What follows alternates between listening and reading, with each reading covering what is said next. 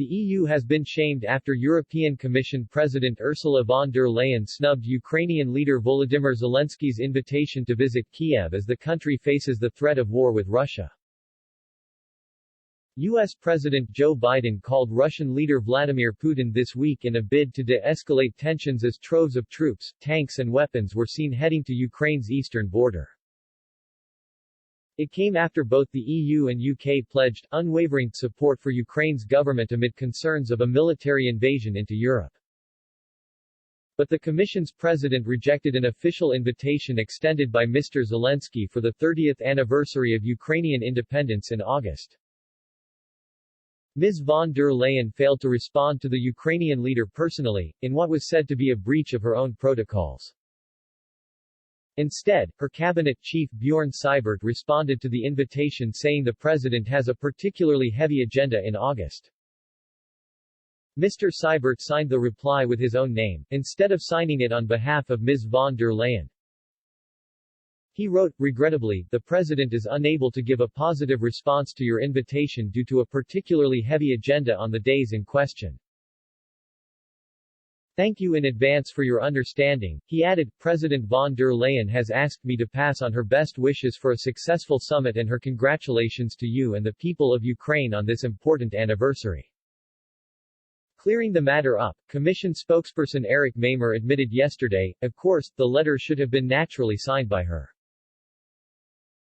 But he confusingly insisted the reply did not arrive through the usual channels to Ukrainian officials, before reiterating that Ms. von der Leyen would write a response herself.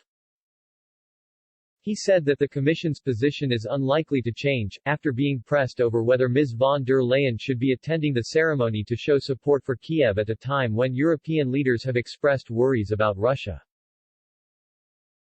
He added, "I can assure you that the President, whether she is free to go to the event or not, will make sure that the Commission will be represented during those events, at the appropriate level."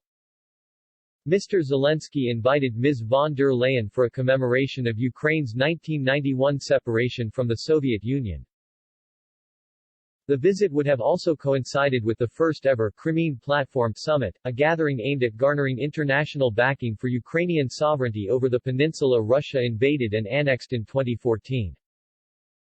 Over the past few weeks, Moscow has been amassing troops and heavy weapons at the Ukrainian border, triggering alarm bells in Kiev and across the globe that history could repeat itself.